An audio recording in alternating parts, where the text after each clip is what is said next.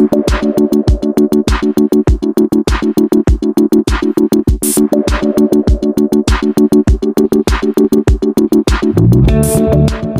is Creek with At the Table Podcast. Here at the Table Podcast, our goal is to break down biblical topics, make Scripture easy to understand, and to glorify God and His Word. We pray this content edifies, challenges, and blesses you. So without further ado, sit back and join us at the table.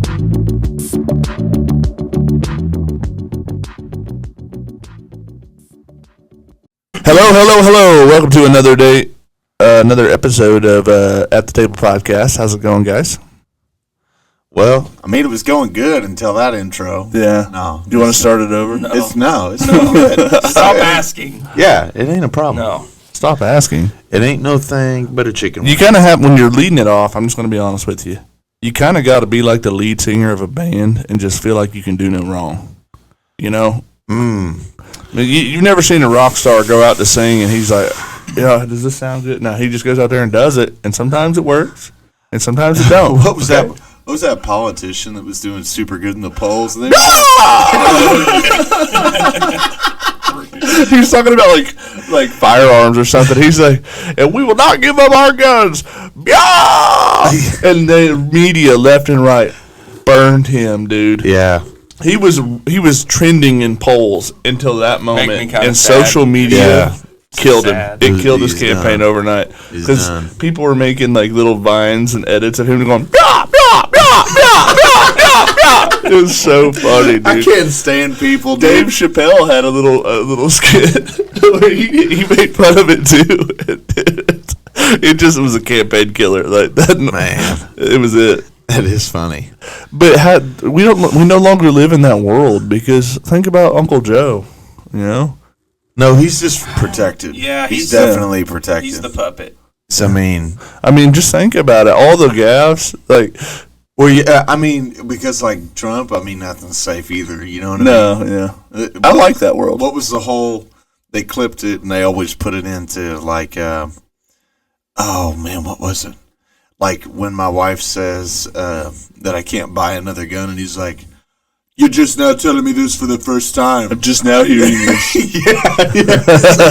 What do you mean? You know? Yeah, dude. Gold. Trump he's funny. Yeah, he's a lot of things. Yeah. Have you seen the one where he's like, they ask him like, "Do you plan on apologizing for where you've been wrong?" He said, "In the future, I will possibly apologize if I'm ever wrong. I don't know." You're like, God, talk, dude. I've actually been told I'm quite humble. Yeah. He's one of maybe the most humble man in the world. Like Moses. Yeah. He's selling the Bible. I can't believe that, dude. I legit can't. The Trump Bible. Dude. Yeah, I don't even want to do it. I can't. He's a lot of things, but he's funny. He is funny. Some of it is funny. You see the one where he's asked about repentance and stuff? I acted away, I don't have to repent. He's like, I just don't think of things in those terms. I just don't think about things like that. I'm like, well, perhaps you should start that. That's to your detriment. Yeah, like, let's go back. Let's go back. Just for the record, no one here at the Table Podcast endorses We're not any political endorsing. candidates. Hey, I'll tell you the funniest thing about Trump. You remember when Steve Austin gave him the Stone Cold Stunner? Yeah. I don't give a crap whether you're worth $3 billion, $4 billion, $5 billion, $6 billion. I open up a can of whoop butt on you. Boom! Rocks you with the Stone Cold Stunner. I mean, what world do we live in where our presidential candidate and former president has actually been Stone Cold Stunnered by Stone Cold Steve Austin? Can you think of a more American thing? I mean, I can't. Yeah, I can't. Yeah. I just can't. I mean, although I want to see it happen to Joe too. If I'm honest, I don't know if he can take it. Yeah, we might better play safe. Dude, he came out with a video where he's talking about like his vitality. He's like, just look at the two of us, see which one's better, see who's more fit. And you're like, we have been, buddy. Okay, like we've weighed that. Look, you've been weighed in the balance and found one. It is what it is. You just want to say, mene, mene. Send him put a Facebook comment on there and say mene tekel. You farson. Man. Gosh. This is I'm all gonna leave that today, to bro. the hand on the wall. The disembodied hand. Yeah, I'm gonna leave Yo, that. on a much more serious note, did you guys see what happened to those 2 missionaries in Haiti? Yeah, I actually got in a huge Facebook debate about it because everybody on the news site is like calling them colonizers and just like What? Yeah, I'm like, bro. I told them there was like 3 people going in, and I'm like, dude, have you ever been on a mission trip? No. I'm like, then shut up because I've been on several, and that's not what it is. Pretty far from colonizing. Well, Yeah. It's like you're right. Giving food and water and building shelters. What a horrible thing. Yeah. What I wanted to say is I will bring freedom and peace to my new empire. No? Yeah, it was it was a newlywed couple. Yeah. They had just went to Haiti. Well, I want to say there was a flight where it was the first flight out of Haiti in a while because right now it's being overtaken by gangs. They're like stealing construction equipment and bulldozing police stations. I mean, it's hardcore over there right now. Haiti's always been hard, but it's even worse now. And long story short, there was a flight out, and they opted to stay, and they ended up going to be with Jesus a few nights ago. Her dad is a Missouri representative. Yeah, state representative. it's sad, dude. It is sad, but also like it's kind of like yeah, amen. But you hear some stories too, like Savannah was telling me one of these missionaries over there. There's this couple that started what was the name of that organization? Love a Child Incorporated. That they like send trucks of supplies and whatnot. Well, their driver has been kidnapped and beaten multiple times. Yeah. And he keeps coming back. And like as soon as he gets back they negotiate with whoever the gang is that's kidnapped him. He's like, "Where's my next truck? Where am I going?" The same. He just keeps going straight back in. The blood of the saints. Dude, I look at that and I'm like, you're a G. You're a gangster. Dude, enter into the joy of your Lord. Well done, good and faithful servant. I look at that and I'm like, part of me is kind of jealous, dude, because I'm like, man, I want that, dude. You know, I know that sounds so weird to say, It doesn't here, bro. but it's just like I'm so happy that there are people in this world that have that kind of passion for the gospel, that they will go and risk life, limb, you know, and a lot of people view those two as like, well, their lives were cut so short, but it's like in the scheme of eternity, Dude. Crazy people call them colonizers. Golly. That just shows you where America's at. Like the people, like you can bring nothing but food and love and peace and kindness, and risk your life to do it, and you're a colonizer. It's just, Dude, it reminds me, I can't remember where I read it. Maybe it was in Acts, but it was talking about Paul, and it was like, you know, basically he was saying, like, every time I go, you know, to this city, to Jerusalem, the Holy Spirit tells me, you're gonna get beaten and chained here. And it's like, but I got to go anyway. You know what I mean? And it's like, wow, you know, what a testimony to like truly count the possibility of your message being able to get out, and then the possibility of someone believing it in the city where all of this stuff happened. You know, at the point of the place of your master's death, and you're still willing to run in there and be like, if one person gets it, it's enough. I feel like he's like preparing for the final boss. He's like, I'm going in, baby. Yeah. You know. It's like, plus, you know, he has the ability to appeal to Rome, being a Roman citizen. He's like, I'm going into my people, and you're gonna hear me, and then I'm gonna bounce out. I'm gonna have my piece said before Caesar. Yeah, so man, for any of our listeners, that being said, just a quick exhortation: being mindful. Like you might not. We probably won't go to a foreign mission field and be persecuted or killed for the sake of the name, but you ought to at least be thinking of the global body that is doing that, and the fastest growing church in the world right now is under massive persecution in China, and they're dying every day. So even if the only thing you do is, if your prayer's sincere and only lasts 30 seconds, it's enough. Yeah. But do that, every day. Pray for your brothers and sisters, because one day you'll meet them. Dad was telling me, I think that they were trying to put together a crusade in like Haiti. Yeah. This was like a few months ago, and after I read that yesterday, I was just thinking, like, do I have a temptation to get selfish with him? And say, like, no, don't go. Yeah. And honestly, I don't. I'm like, go. Yeah. If that's what the Lord's put on your heart, just go. Go and do. And whatever the result, you come back, hallelujah. And if you don't, hallelujah. Yeah. Yeah. Then you go down as a legend, dude. I mean, it's kind of a weird thing in culture, and it's why America's such a mess, even outside of, like, faith. But, like, this idea that comfort and ease is the thing to be grasped. But you just have to understand, it's like it's carrying the cross up the hill that brings life any meaning at all. Yeah. If things aren't hard, if you're not doing a hard thing, then it's worthless. That's just the life of a man, and I think it's the life of a woman too. Don't get me wrong. I'm just saying that's where meaning comes in. That's where your story comes in. If you don't ever come across anything hard, then you're just. It's the reason why pornography is so. Like, no one feels proud about porn. It's because it's like you have done nothing Right. to achieve what you're getting. Like when you're old and you've lived a life and submitted to your husband or to your wife and you're faithful over a lifetime, you're like, look, I did a thing, and there are generations after me. Like, this is worthy of honor because it was hard. Man, that's true. It's just kind of a weird thing that, like, culture has brought us in, like, first world America. It's like, everyone inherently knows if I sit on a couch all day and I do nothing, I have no honor. Yeah. There's no worth there. It's not a thing to be grasped. Comfort and Yeah. Honor and shame culture does a lot. Yeah.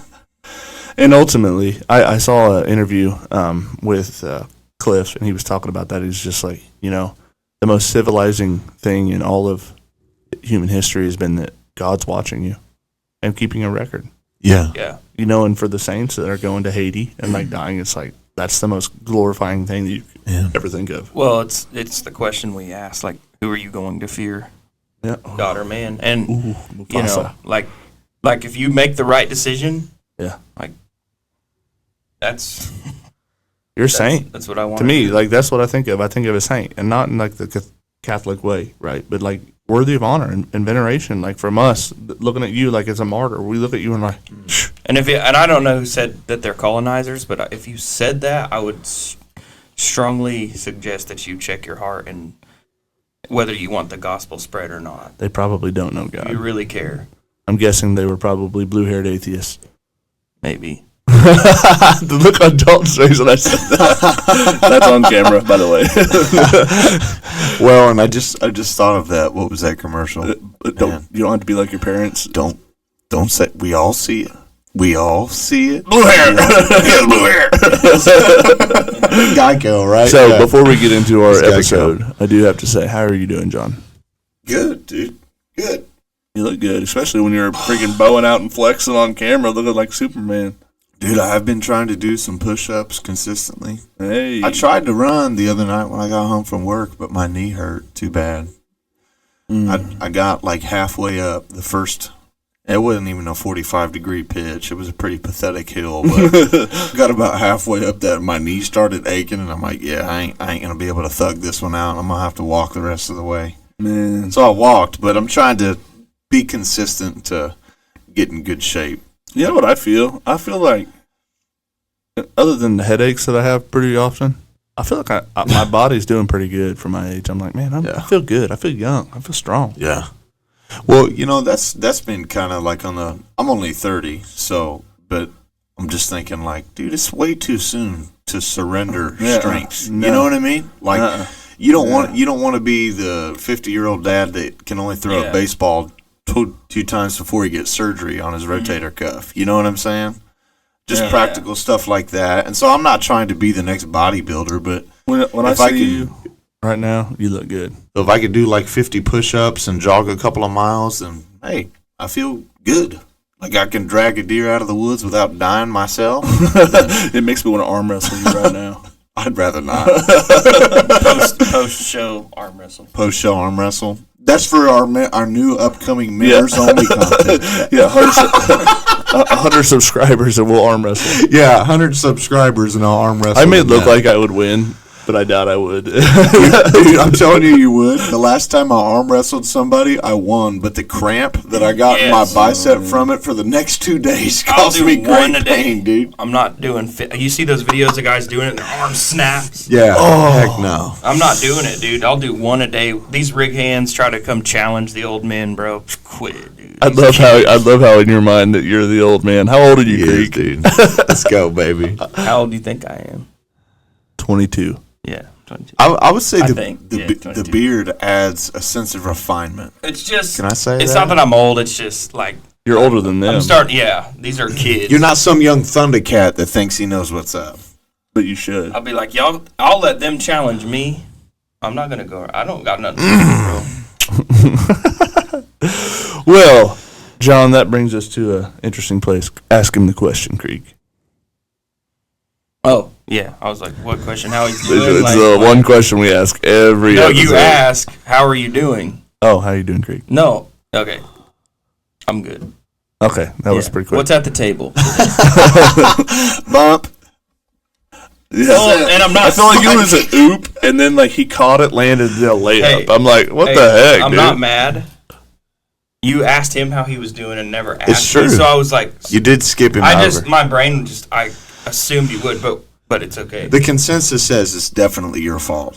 It Yeah, usually, there's no doubt about that. it usually is, dog. I'm married. I know the get up. Right. This ain't my first rodeo. I heard the video of that guy saying that. He was like, if you say you're sorry when you're wrong, that's good. I'm gonna mess it up. He's like, if you say you're sorry something else, you're wise. If you apologize when you're not wrong, you're a husband. Man, And I was like, hey, you pretty well butchered that. yeah, I butchered it pretty bad. I heard a joke yesterday that said, "What did the Cowboys say on his second rodeo?" This isn't my first rodeo. What's at the table? That's actually pretty good. Cool. Yeah, what's at the table? So we got a little bit of a lane change today. We're still in the Snake Crusher series. We're steering. It is a series. No, not redeeming it, huh? Nope. Okay. In the Snake Crusher series, we've been in Luke for the past several episodes, for the past 2 or 3 episodes. Actually, 3, yeah. Past 3 episodes, we've been in John.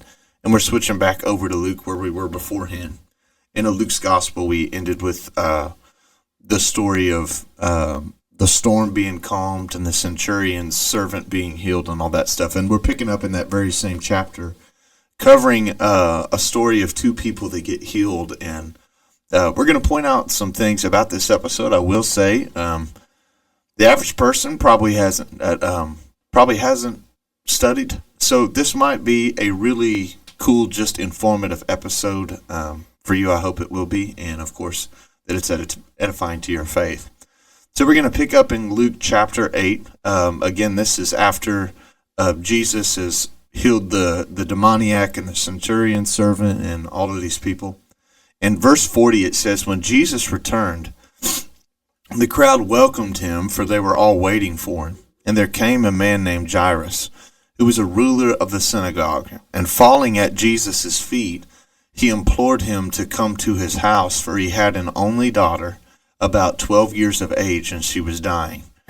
As Jesus went, the people pressed around him, and there was a woman who had a discharge of blood for 12 years.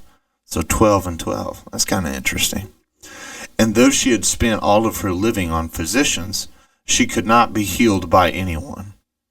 She came up behind him and touched the fringe of his garment, and immediately the discharge of her blood ceased. And Jesus said, "Who was it that touched me?" When all denied it, Peter said, "Master, the crowds surround you and are pressing in on you." just jumping in, one of the Gospels says, and you say, "Who has touched me?" Like, dog, how are we supposed to know that, right?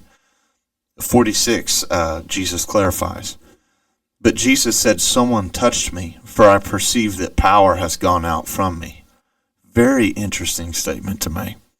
And when the woman saw that she was not hidden, she came trembling, falling down before him, declared in the presence of all of the people why she had touched him and how she had been immediately healed. And he said to her, "Daughter, your faith has made you well. Go in peace." While he was still speaking, someone from the ruler's house came and said, "Your daughter is dead. Do not trouble the teacher any longer." But Jesus, on hearing this, answered him and said, "Do not fear, only believe, and she will be well." And when he came to the house, he allowed no one to enter with him except Peter and John and James, the father and mother of the child. And all were weeping and mourning for her. But he said, "Do not weep, for she is not dead, but sleeping." They laughed at him, knowing that she was dead. But taking her by the hand, he called to her, saying, "Child, I say to you, arise." And her spirit returned, and she got up at once. And he directed that something should be given to her to eat, and her parents were amazed. But he charged them to tell no one what had happened. Powerful story. Pretty wild. Yes.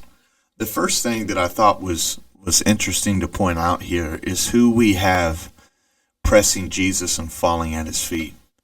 We've been in this series long enough to know that we've been in the synagogue a few times at a few different places, and Jesus hasn't been the synagogue's favorite person in any of those places, right? And this is a ruler of the synagogue. So he's not just in charge of maintaining the synagogue in general, but arguably, interestingly enough, this person would also probably carry some responsibility for making sure that people that are not ritually unclean are coming to the synagogue. Yeah. So this story is already kind of set up with this neat contrast. And then you have this connection of 12 and 12. And the number 12 brings all kind of things to mind, right?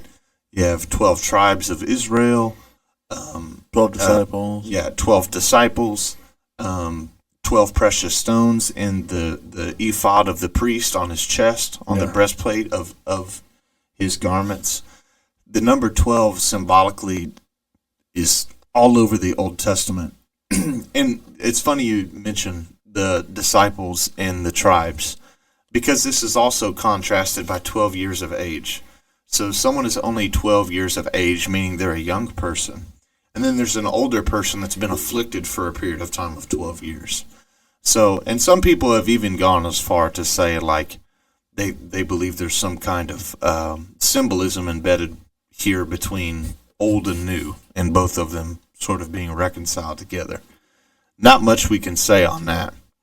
But the first part of the story that I want to focus on is this woman with the issue of blood. Yeah. So what it says is that she has had a discharge of blood, according to verse 43, for 12 years and had spent all her living on physicians. I mean, she went broke trying to get some help. All of her living had been spent on physicians. And the word physicians here, some people will say, like, oh, that might be a witch doctor or this or that. The Greek makes it seem like it's just a general word for a doctor. So what a doctor would do. So we don't necessarily have any reason to believe that this is nefarious, at least as far as I can see. Even if it doesn't really matter, I think, for the course of the story. Like, sure. The point of the story is not to say, oh, she's the most faithful Israelite in the world. The point of the story is that she's exhausted every means that's available to her. All of her money, every doctor, she's tried everything. Yeah, that's good. And I guess also, you were talking about a woman with the discharge of blood. I think it's kind of prudent to point out that, like, that's one of the things, according to Leviticus, that makes you unclean. Like, so she has a problem in her body that makes her constantly unclean. Yeah. There's like, so that it would prevent her as an Israelite from participating in anything. It's almost like she's separated from God. Like, Yeah. You're essentially like a leper. You're just unclean, and you can't be a part of the believing community, and you can't take part in anything involving the temple or the tabernacle or even synagogue. You can't do any of that stuff. So, yeah, that's a good point. Matter of fact, let's just go ahead and clarify.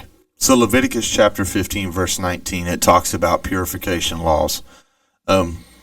So verse 19 says, when a woman has a discharge, and the discharge in her body is blood, she shall be in her menstrual impurity for 7 days. Whoever touches her will be unclean until the evening. Everything on which she lies during her menstrual impurity will be unclean. Everything also on which she sits will be unclean. Whoever touches her bed will wash his clothes and bathe himself in the water and be unclean until the evening.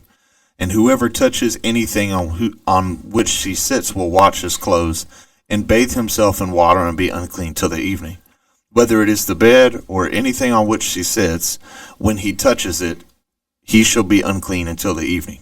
And if any man lies with her and her menstrual impurity comes upon him, he shall be unclean for 7 days, and every bed on which he lies will be unclean. If a woman has a discharge of blood for many days, not at the time of her menstrual impurity, or if she has a discharge beyond the time of her impurity, all the days of the discharge she shall continue in uncleanness. As in the days of her impurity she shall be unclean. Every bed on which she lies, all the days of her discharge shall be to her as the bed of her impurity. Everything on which she sits will be unclean, the uncleanliness of her menstrual impurity. Whoever touches these things will also be unclean. They will wash their clothes and bathe themselves in water and be unclean till the evening. But if she is cleansed of her discharge, she will count herself for 7 days, and after that be clean. And on the 8th day will take 2 turtle doves, or 2 pigeons, and bring them to the priest, to the entrance of the tent of meeting. And the priest will use one for a sin offering, and the other for a burnt offering. And the priest will make atonement for her before the Lord for her unclean discharge. Thus you will keep the people of Israel separate from their uncleanliness, lest they die in their uncleanness by defiling my tabernacle that is in their midst. So I think that for me, that's probably the connection point. I mean, well, I guess I don't have to worry about it because we've already been all the way down the menstrual road. But, like, a young girl who's 12 years old, she's just getting to that time of her life. Like, so you could potentially have never been unclean in that way. And then you have a woman who for 12 years has always been that way. Yeah. And this story seems to kind of juxtapose those two things. And if you go at it from that perspective of clean or unclean, you have a person who has never been ritually unclean, and a person who has always been ritually unclean, and they both have to come to this juxtaposition. They have to come to this fulcrum event where they meet this person, Jesus. Mm. Well, not only that, like, just from a practical standpoint, like, and I got to be a little careful here, but we're PG here, but she can't. This is like a terrible thing. Like, this is it's not only unclean in the sense of the tabernacle, it's unclean. Like, it's dirty. It's probably not very. It probably doesn't smell good, stuff like that. She probably doesn't have a husband. Yeah. In this culture, not having a husband, that's like, it's reproach. Yeah, you don't. Not only do you not have a husband, you don't have children. Nobody to take care of you as a woman in this society. So, that it says that she, went to every physician and is broke. Like, who knows how much money she had? She definitely doesn't have anything now. Dude, you're onto something. This is this is hopelessness. Like, she has nothing, and to exhaust every physician, like that's a terrible condition to be in, dude. And sometimes maybe it's easy to see it as disingenuous to come to Jesus because you just need something. Maybe from a perspective of someone who the thinks outside, that they don't, right? Yeah. But that is what she's doing. Like, she has tried everything else, and that's actually a theme with. Seems to be God's people. That's actually the problem with the Pharisees. Yeah. The ones who are upset about this because they're not coming to God out of a place of need. But that's really what's cool, is because this story starts out with Jairus, however you say his name, and he's a leader in the synagogue. So you have, like, it even further juxtaposes the positions. Like this young maiden who is sick and dying and ends up dead before Jesus gets there. It's like she does have a father and a family and is cared for, and not only that, but her father is like upper echelon. He's a synagogue leader. It's like they could not be more different. Right. Yeah. And I do love, and John, I know you got some really cool stuff to go through, but it's just, to me, it really sticks out that Jesus puts on pause the religious leader's daughter. And he's like, everyone else may have ignored this one who's considered on the outside unclean, has all this reproach, but we'll stop this whole train right now to deal with this thing. And he didn't have to, because she received a healing by just touching him. Yeah. But he stops everything, because I think that shows that there was more that needed to be healed than just what was wrong with the outside. Yeah. It's like you've been overlooked. You have been, relegated to the outside your whole life. But here, we're not going to do that. You've got your healing, but we're going to have a discussion, and we're going to fix something else. And it's crazy. Like, she has the faith that so many in Israel don't have. Yeah. Like and she's desperate. She has the faith to just touch his robe. I don't go into that, but yeah, that's kind of cool because he's going to go into that. But I'm just thinking, like, where does that faith come from? Like, where does the idea come from? Where, like, hey, if I just touch the fringe of his garment, then I'll be made whole. Like, it's such a weird, like, assumption to make. I don't know why you would look at Jesus and be like, if I could just touch his clothes, I'll be healed. Man. But that's the assumption she does make.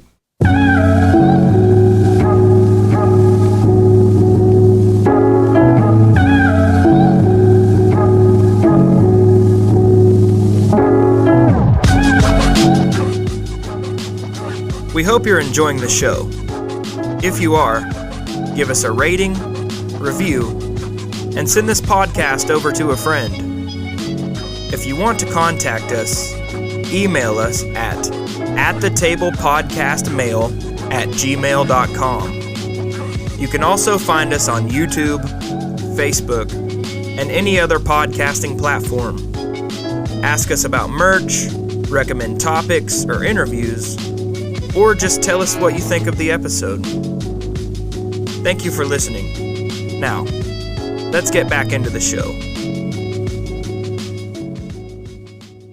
Yeah, I don't know. It's just such a weird assumption of faith for me. It's like, why do you? And I don't know if it's because, like, maybe if I just touch the fringe, if I just touch a thread, then somehow he won't be made unclean. Somehow I'll avoid having the reproach of the conversation where he knows that he's ritually unclean and he has to go purify. In the middle of a ministry that he's trying to do, he's on his way to somebody else's house to do ministry. And if he knows that I touched him and that he's now unclean, that could interfere with that. Yeah. We're definitely going to go into that. And you get this feeling, like it already said, that Jairus' daughter is dying, and we don't know, like, while the crowds are thronging Jesus, if the crowds are aware of why they're trying to get to where they're going and where it is they're going. But undoubtedly, if you're coming to touch this person's garment, there's a reason. Yeah. Right? So first we'll kind of go into that. So in the ancient Near East, the fringe of the garment represents a person's person, like their authority or who they are, a deep sense of identity. And that sounds so ridiculous to us in the West. But like their hair, you would find something to this effect, like in cuneiform tablets in the ancient Near East. Like he was a respected man whose hem was never torn, and we did not cut his hair or something like that. It was basically a way to say we never tore off his garment that was the symbol of his identity, right? And you'll even find, we're not going to jump into this particular passage, but I want to say it's in Matthew 23. Towards the end of our series, we'll touch this discourse, but Jesus is railing against the Pharisees, and he says one of the things that they like to do is make the fringes of their garments long and elaborate. Well, when you think of that statement sandwiched in between everything else he's saying, to us it's like they like to make the borders of their garment long. Like, what does that mean? It's kind of like picking the place of honor at the table. It's like it's assuming like dignity and it's saying that elevation of yourself is the thing that you like. Yes, the longer you make and more elaborate you make the fringe of your garment, it is meant to communicate that you are a person of high rapport and importance. Yeah. And for the Pharisees in particular, that's also mixed with like a sense of holiness, right? That for holy people especially, or rabbis or teachers, touching the fringe of their garment to the people would seem as like touching something that is holy. Yeah. Being around something that is holy. Yeah. And just kind of taking like a slight turn here, imagine what that's like from her perspective. Like, you are ritually, as we read in Leviticus 15, you're unclean. Yeah. You can't come to the tabernacle. You can't come to the temple, which, in their day, you can't touch anybody without making them unclean so that they can't touch anybody until evening after they've washed themselves. Anybody that comes into contact with you has to, until sundown, experience the same hurt and reproach that you do. Yeah. They can't go home to be with their families. They have to wash, and then they're unclean to the evening. In the same way that for 12 years, you can't be that. And you can't touch the fringes of a rabbi. More than likely, you're struggling to even get close enough to a rabbi in earshot to be able to hear his teaching. Yeah.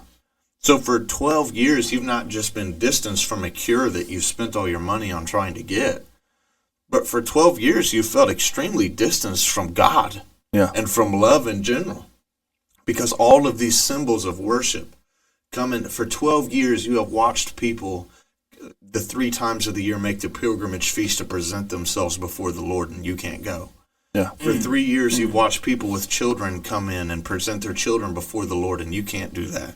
For 12 years, you've experienced all of these kind of nuances that come around with being a Jew in your religion, and you have been the outsider, watching everyone else be in close proximity, not just to human holiness, but that ultimately being a representation of the holiness of God. Man.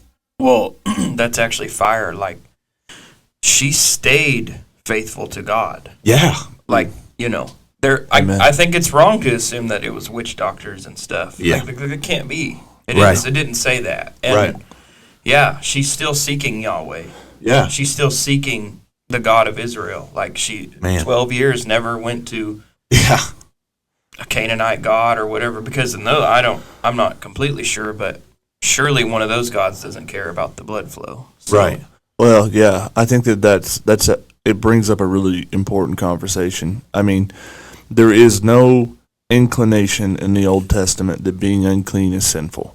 Right. It means you're unfit for sacred space. Right. But it doesn't mean you're sinful. I mean, this woman has not done anything wrong. Yeah. We have no indication that she is on the outside because of anything that she's done. Yeah. It's just an affliction in her body. And, the whole point, I think, too, is like that the laws are so stringent around all of these things. So much so that, like, it's almost impossible for a person to live their life having never been made ritually unclean. I mean, it's so stringent. But that idea is meant to talk about, okay, what purifies? What makes the thing fit for sacred space? But these Pharisees seem to get this. The culture of the day seems to have morphed that into seeing someone as, if you're unclean, that means that you're sinful. Yeah. So much so to the point, and it's not always wrong, but like even when they see like a paralytic, they'll be like, why is he this way? Was it his parents' sin or his sin? Yes. And you're like, well, that's not always the case, man. Sometimes people are just born with an affliction, and it's nothing that they've done. They just need healed. They're not They're not sinners in the way that you want to make them. She's just unfit for sacred space, and it's not even her fault.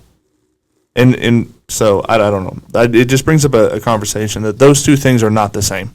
A leper is not a sinner. He's just unclean. Yeah. And I think some of it, to be fair, comes from like what we read in Leviticus 15. So like when they are clean and when they finally do get that reprieve after they have been, they've went through the cleansing process. They've been outside the camp for 7 days. They've separated themselves, and they come back and they make an offering to the priest. It's 2 turtle doves or 2 pigeons, and one is for sin and the other's for the burnt offering. Yeah. So I think a lot of the times, like reading those, that might be where that conflation. It almost makes it feel like you're having to atone for that, even though that's not the case. Right. Yeah, that is a good point. That this culture, I think everybody does it, assumes that if someone has a problem like this, or they've done something wrong, they've sinned and God is cursing them or something. But also, like, that's why we love Jesus so much. Like, clearly in this next few minutes, like, he doesn't discriminate. And these people with the long tassels, the holy men, like, that doesn't fly. Thank you for bringing that up. So just to kind of reinforce our point with the tassels or the fringes of the garment, we went through a story in the Old Testament that we're going to kind of touch on in 1 Samuel 24, verses 4 through 5. So David and his mighty men are on the run from Saul. Saul's on another one of his crazy binges. He's chased David all over the countryside trying to kill him and his men for no reason whatsoever. Yeah. Right? And keep in mind that the hem of a person's garment is directly connected to their identity. And we've talked about how, like, for a king in the ancient Near East in general, there's this thought process that the king is, how can I say that? He's almost the ambassador on behalf of the divine. He is appointed by God, or if you're a pagan, by the gods, to oversee the construction and oversight of divine order being played out on the earth. That's his responsibility. So the king and the priest were inextricably linked in every culture. There would be this relationship between those two offices, especially so among God's people. We talked about the ties between Judah and Levi at great detail in several episodes. So what we have in this episode is David's men, and 1 Samuel 24 are hyping him up, like, hey, this dude's chasing you down for no reason. I'm paraphrasing. Dude, look, God's delivered him into your hands. Yeah, he's asleep outside of this cave. All of his bodyguards are sleeping on watch, too. You could yank this dude right now, take the kingdom, and everything's good. And David's like, nah, I'm not going to do that. I'm not going to do that.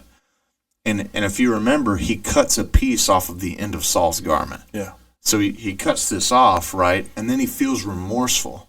Well, why? You know, on a surface level, it's like, well, it's because he's God's anointed. You shouldn't touch God's anointed. Yes, but it's also because he's taken this symbol of Saul's identity and authority of kingship, and he's cut it off of his garment. He's brought shame to And it. then he's like, golly, that was uber disrespectful. Yeah. You know what I mean? Because it is uber disrespectful. I just shamed him in front of all of his men. Yes, and remorsefully he comes to Saul and he's like, look, I shouldn't have even have done this, but I could have killed you if that's really what I wanted, but I don't want that. No. Which is funny because it's also a way, why is Saul afraid of David? He's afraid that David's going to take the throne. Yeah. And here he is holding the symbol of Paul's authority, or Saul's authority, and he's like, I could have taken your throne by taking your life, but I'm giving it back to you. I don't want to touch you. You're God's anointed, and I respect that, you know. But that's what you have this idea sort of reinforced from the Old Testament to know that the fringes of a garment is directly tied to a person's identity. And even with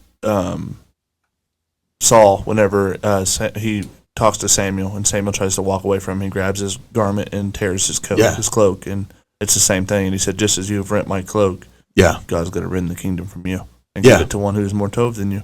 Right. And even into like the whole, if your neighbor takes your cloak, offer him your tunic as well. Yeah. Like it's basically a way of saying, like, if you're going to take something from me that you shouldn't, my honor, then let's go all the way. Go ahead and take my honor in front of everybody and show everybody what kind of man you really are. Yeah. You know if you're going to take away my personhood, if you're going to look at me as something less than a human being or than an equal Israelite, then let's just make that open in front of everybody. After you take the tunic, what's left?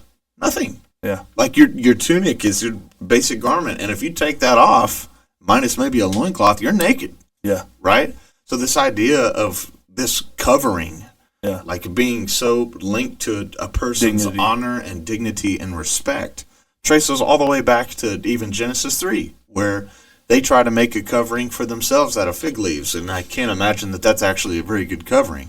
and God makes for them a covering of animal skins. Yeah. He makes them clothes, and he covers them with something better, Yeah. as a way of God sort of forecasting the restoration of mankind's dignity, saying, "I will restore you to your proper place. I will give you a covering." Exactly. Yeah. I'll be your covering. It's good. And so in this, like, fringes of the garment, like she one more thing to point out.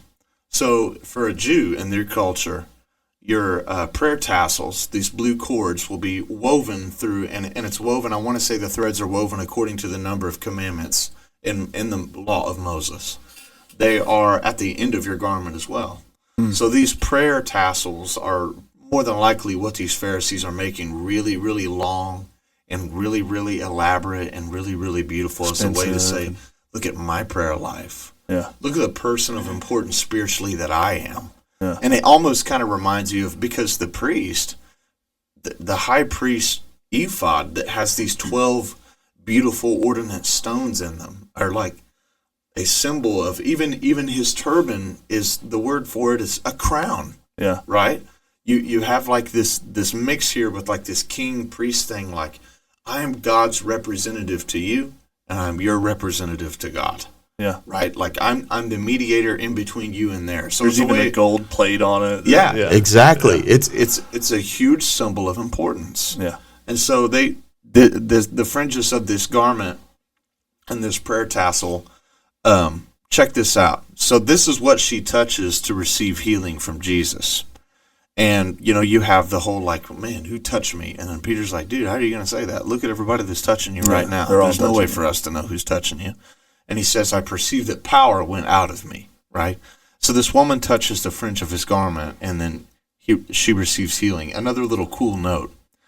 The word for the border of a garment in Hebrew is kanaf. And kanaf also means wings. Malachi chapter 4, verse 2 says, the Son of Righteousness rises with healing in his wings.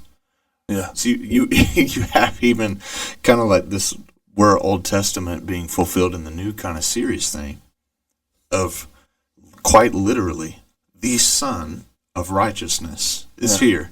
She touches the wings, or the kanaf, the edges of his garment, and receives healing through this.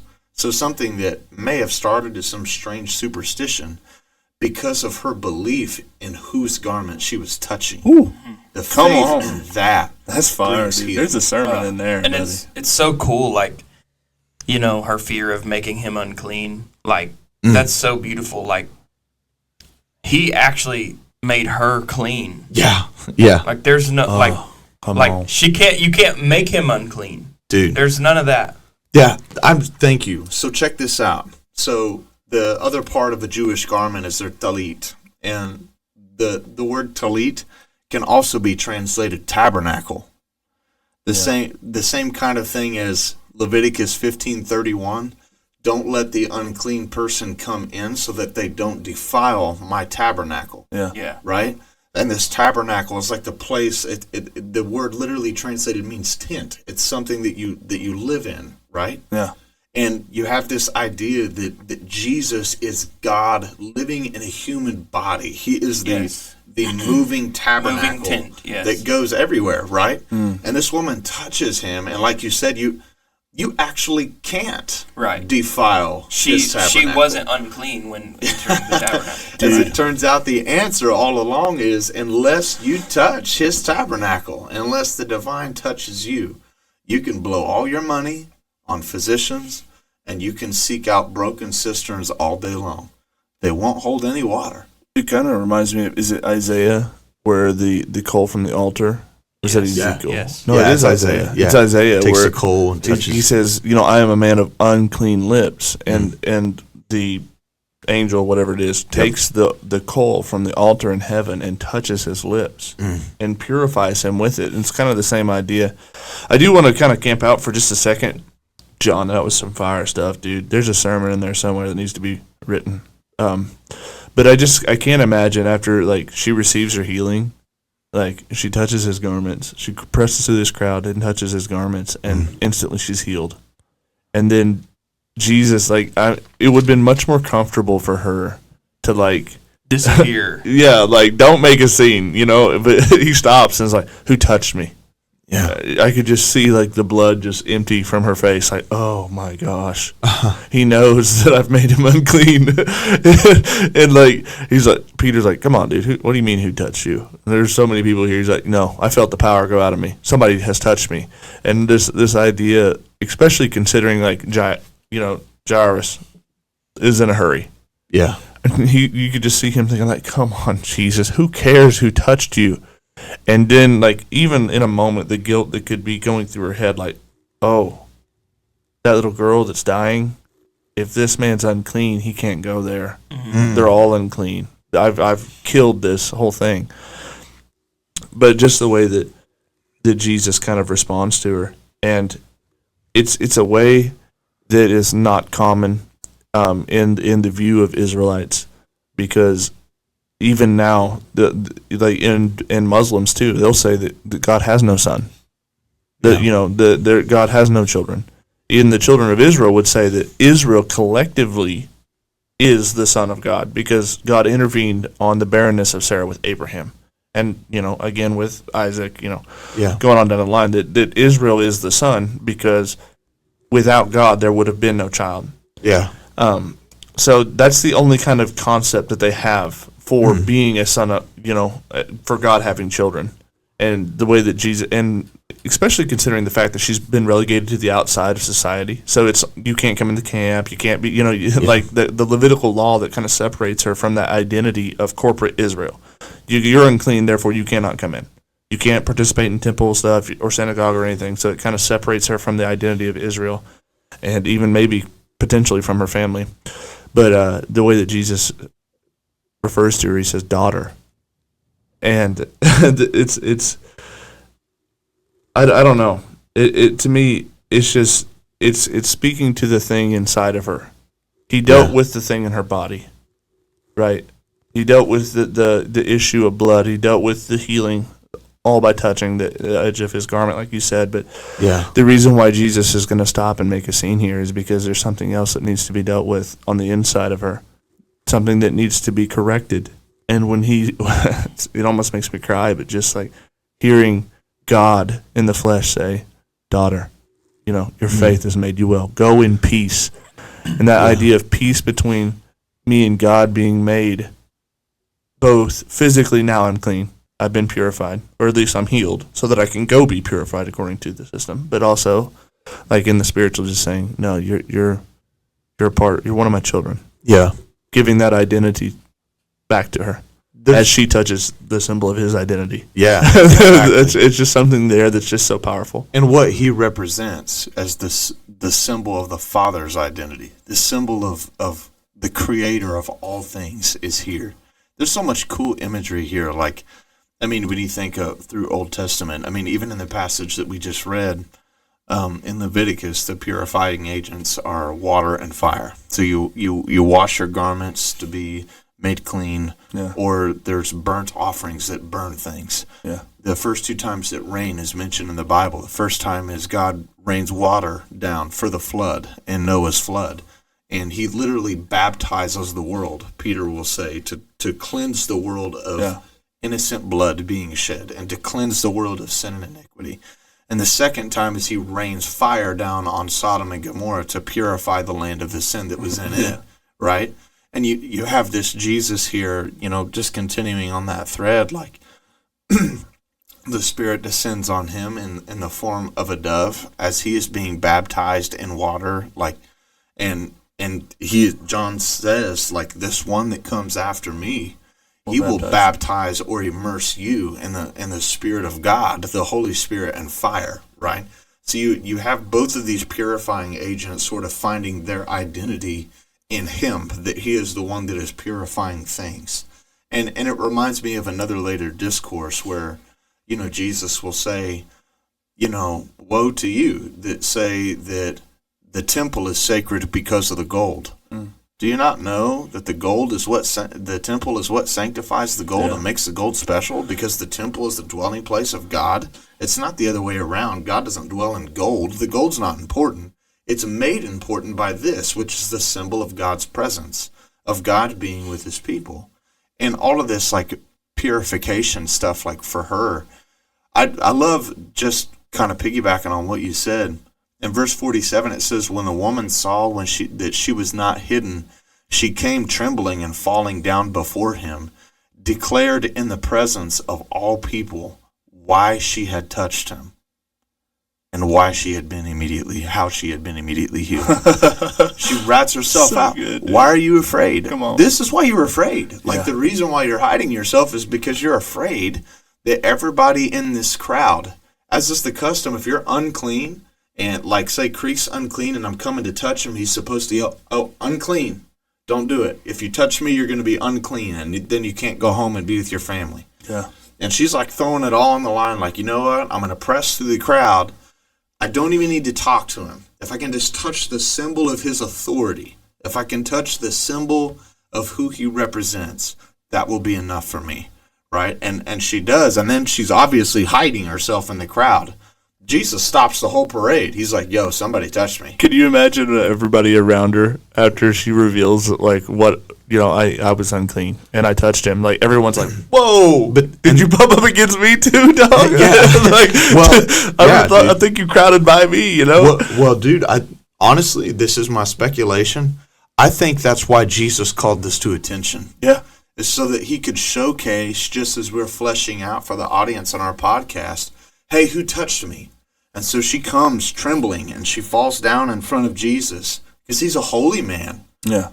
Like, if he's not who he says he is, you've just defiled a holy man. You've made a holy man unclean and unable to do what a holy man does. Well, she's seen how the other holy men act. Thank you. Thank you for pointing that out. So she falls down and she declares, like, why she has touched him. And this is when you're, like, proverbially speaking, you're ready for the rocks to get thrown. Yeah, you know what I no mean? doubt. Because you've just come into this whole crowd.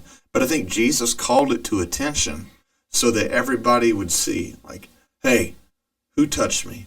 Oh man, it was me, but this is why I've had this hemorrhage of blood. Yeah. For 12 years? Hemorrhage of blood for 12 years? You just touched, you've been touching everybody up in here. I think it's so that Jesus can showcase the symbol of his authority. Yeah. The point of contact, the revelation of who he is. This right here, I am the tent of God. You can't make me unclean. I am the tabernacle, the word that became flesh and tabernacled among you. I'm the here. cleansing agent. Yes, I am what purifies you. I'm the coal from the altar. Yeah. I'm the thing that purifies. You cannot make me unclean. Yeah. You can't make me unclean, and there is nothing that is unclean that I can't make clean. So forecasting, That makes me do want not to shout. call unclean what God has cleaned. Man. Do not call common on. what God has called uncommon. And if he has sanctified you, then sanctifies what you are. On the macro side of this whole story, and I know that we're kind of bumping up against our time frame, but we've camped out a lot on this, and just continuing into the story, he's dealt with the one who's been unclean, for 12 years, that kind of symbolism as far as like what that means, when you count like Israel as being 12 and the symbolic stuff behind that number. He's dealt with her, he's healed her, and not only has he healed the outside of her body, but he's told her, go in peace. Man. You're good.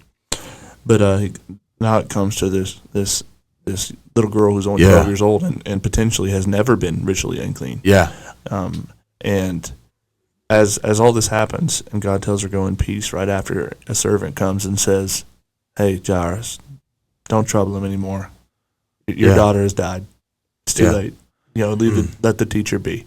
And maybe this is where, sorry to jump in, but maybe this is where people get that old and the new. Like, you have this whole thing that deals with Old Testament law and Mosaic law for cleanliness and uncleanliness and what makes you unclean or clean. And this is Yahweh's ordinances to you of how you may interact with him and how you may interact with each other.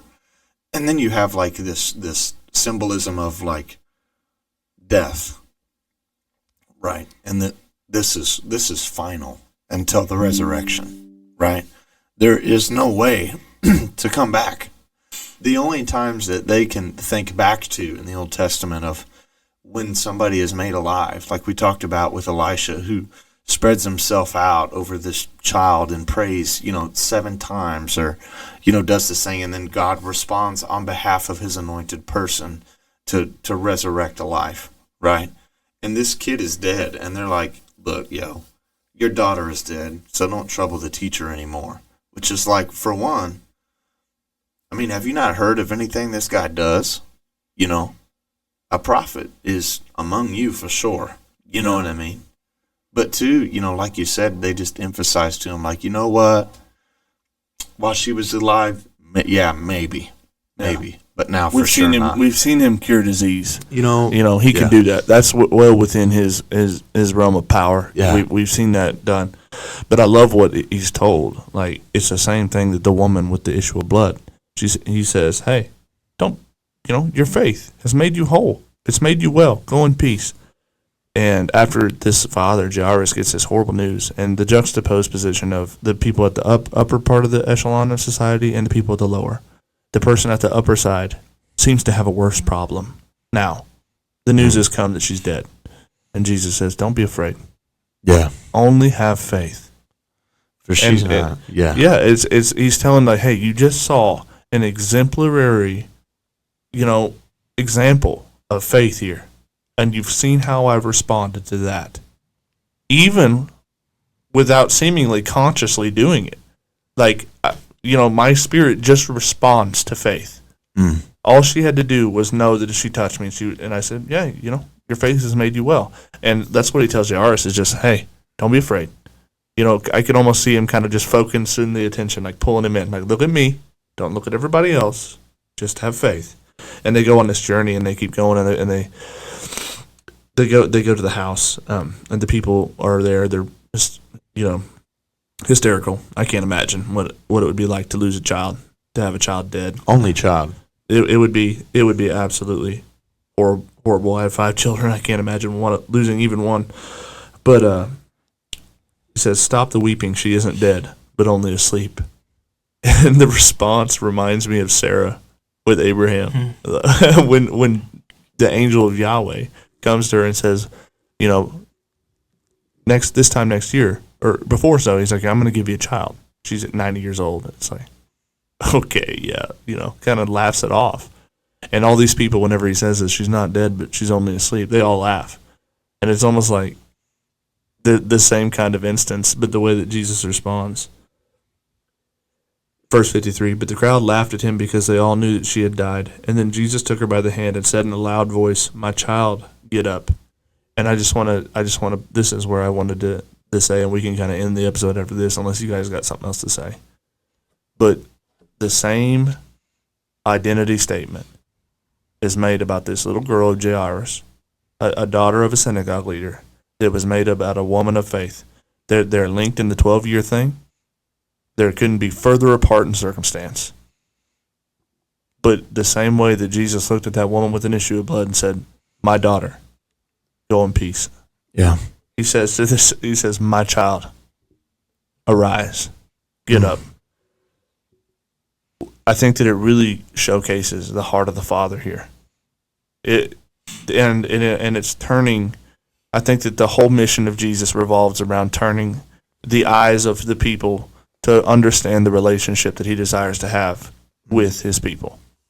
And it's that identity of, you're my child. Yeah. You're all my children. Man. Whether you've been outside for 12 years or you've never been outside. Whether you're dead, whether you're alive. My child, get up. And I just think that there's such a statement of identity there. And I can't imagine what Jairus would think when Jesus says this, because it's more of a statement of, like, I don't know, like rabbinical identity. It's more of a statement that Jesus seems to take ownership of this or responsibility for this young girl. And I don't know. It sticks out to me. I've been kind of on a kick lately, and that's probably why. But Something else that's cool to me too about Malachi 4 is that it says the Son, and the S is capitalized, but it's S-U-N, like this symbol of light.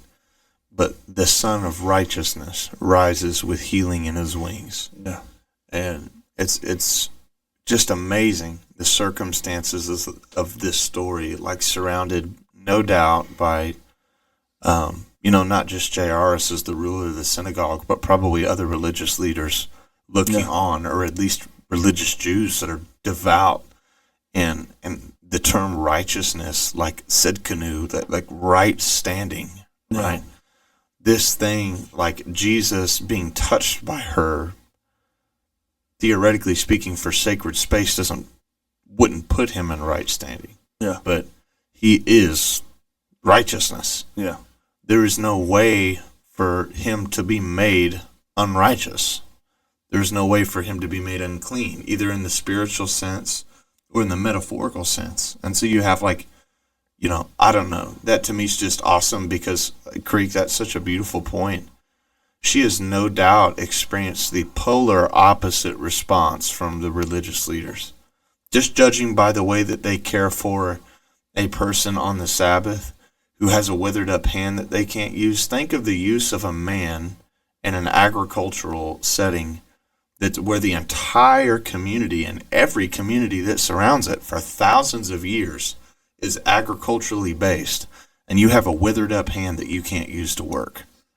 And then think practically for us in our day and age, how many times do you drive by Walmart and see a sign, and a guy holding a sign with his family and needs gas money, and needs this and needs that? How many people do you think look on that with like, lazy bum, just get a job? Or at the very least, like, I'm gived out. Like, I gave to everything this week that I could, and I don't have anything for you. Like, that's the lowest of a low circumstance. And the way that they cared for him was like, you shouldn't have broke the Sabbath by healing that guy's hand. And Jesus is like, so you pull your sheep up out of a ditch, but you won't heal a man? yeah, You won't love somebody on the Sabbath, but you'll do that? And he stands as like this, like he says, judge with righteous judgment. Judge things righteously. And he goes to show you, like you said, she's probably experienced an extreme lack of love from the people that are representing God and uncleanliness. Like, so for Jesus to do this, and I guess I just can't imagine, like, for 12 years, her pain is so undervalued and so misunderstood. Like, for a woman to not have children in the ancient Near East is the biggest reproach. yeah, For her to not be able to fulfill her role in the family is reproach. Everything about this woman's life is shame and heartbreak. You can't touch anybody. Nobody can touch you. And it's not just that. Like, if you just sat down on that rug that was on the ground, now nobody's going to touch that. You're always treated like you're this diseased leper that nobody can be around. Or they can't go to enjoy the things that you desperately most want to enjoy. And can't enjoy not because of your choices. You didn't choose to have a hemorrhage of blood for 12 years. There's nothing you can do. And it's not for a lack of trying. You've tried to get better. You know what I'm saying? You've quite literally spent everything you have, and there's no cure. And I don't know. That to me is just so amazing. Like, I can't imagine for 12 years being completely ostracized from every sense of love. Religious love, family love, everything. Dude, that's so hard.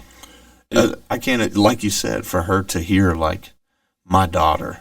yeah. Just what that phrase alone would mean. For a religious person to say, a holy man, say, my child, Yeah, and I think that, like Jesus often does, like his sign off, his affirmation that he is who he says he is even after being made unclean, in the eyes of people, by being touched by an unclean woman, he still goes and heals, raises from the dead. He does a superior miracle than the one that he just did. Yeah, it's for real. It goes to show, like, you can't pull me from right standing. This power is mine. It isn't laid upon me like the prophets of old. where I can screw up and God's going to pull his spirit from me. Right. No, this is something that comes from me. And right after this event, he can go and literally raise someone from the dead. Man. And it kind of, the linking of the two also, I think, has, and I don't know exactly where it is, but some connection between the being unclean and being purified, but also with resurrection. And the juxtaposed positions of the two people. There's something that the resurrection seems to tie that in a nice little bow and just also foreshadow something that's necessary. Yeah. You need to be purified. And then resurrection is the most important part.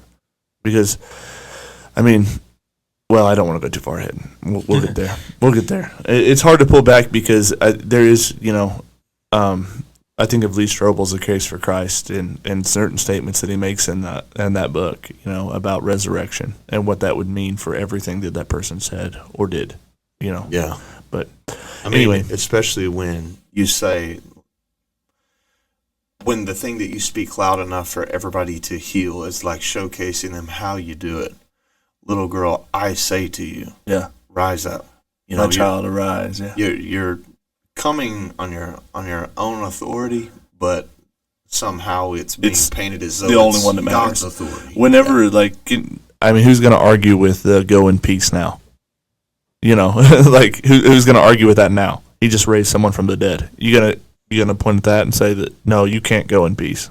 Come on. I mean, this symbolizes my authority. Not only have you been healed, but I told you to be at peace. Go about your business, go in peace, and then resurrect somebody right afterwards. You can't pick any one of those things out and try to disqualify. That's good stuff, guys. I think that kind of wraps up this episode. What do you guys think? Any more thoughts? That's all we got in the tank. Man, well, I got. I think before we go, I just want to say to all of our listeners, thank you for listening, for checking in, for staying with us. Do us a favor, go and share this with a friend. If you get something from this, that's your payment. Go and share and spread it around. Send it to everyone you know. I mean, try to manipulate them into listening to this. Yeah. Say they owe you money. You could use this as a statement. Say, hey, listen, I'll forgive your debt, but you have to listen to this podcast. If we get 75 shares, Creek will shave his head. we have nothing to offer you, but thank you. This is it. Okay, listen. Go and find. This is a literal commandment. Oh. Go and find everyone you know and take their phone and load this up in their podcast queue. Yes. So and set their notifications on so that they get this notification. And if you want to be Yes. funny, do it to your grandma that doesn't know how to operate her smartphone anyway. In fact, just press play on Yes, it and hand it to leave her. it on autoplay. Start at the first episode.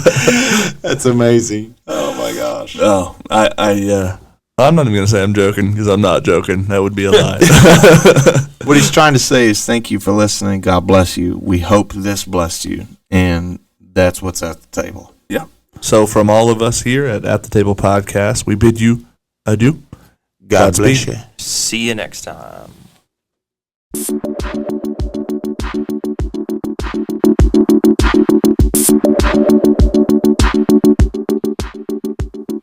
This is Pastor Kevin O'Connor, and you're listening to At the Table Podcast. This is Dylan from Jamaica, and you're listening to At the Table Podcast. Hello, this is Dr. Kent Hovind of Dinosaur Adventureland and with the At the Table podcast. Hey, this is Savannah Donaldson, and you're listening to At the Table Podcast.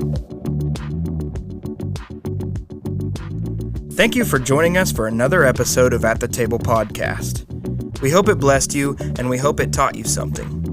Until next time, thank you so much, and God bless.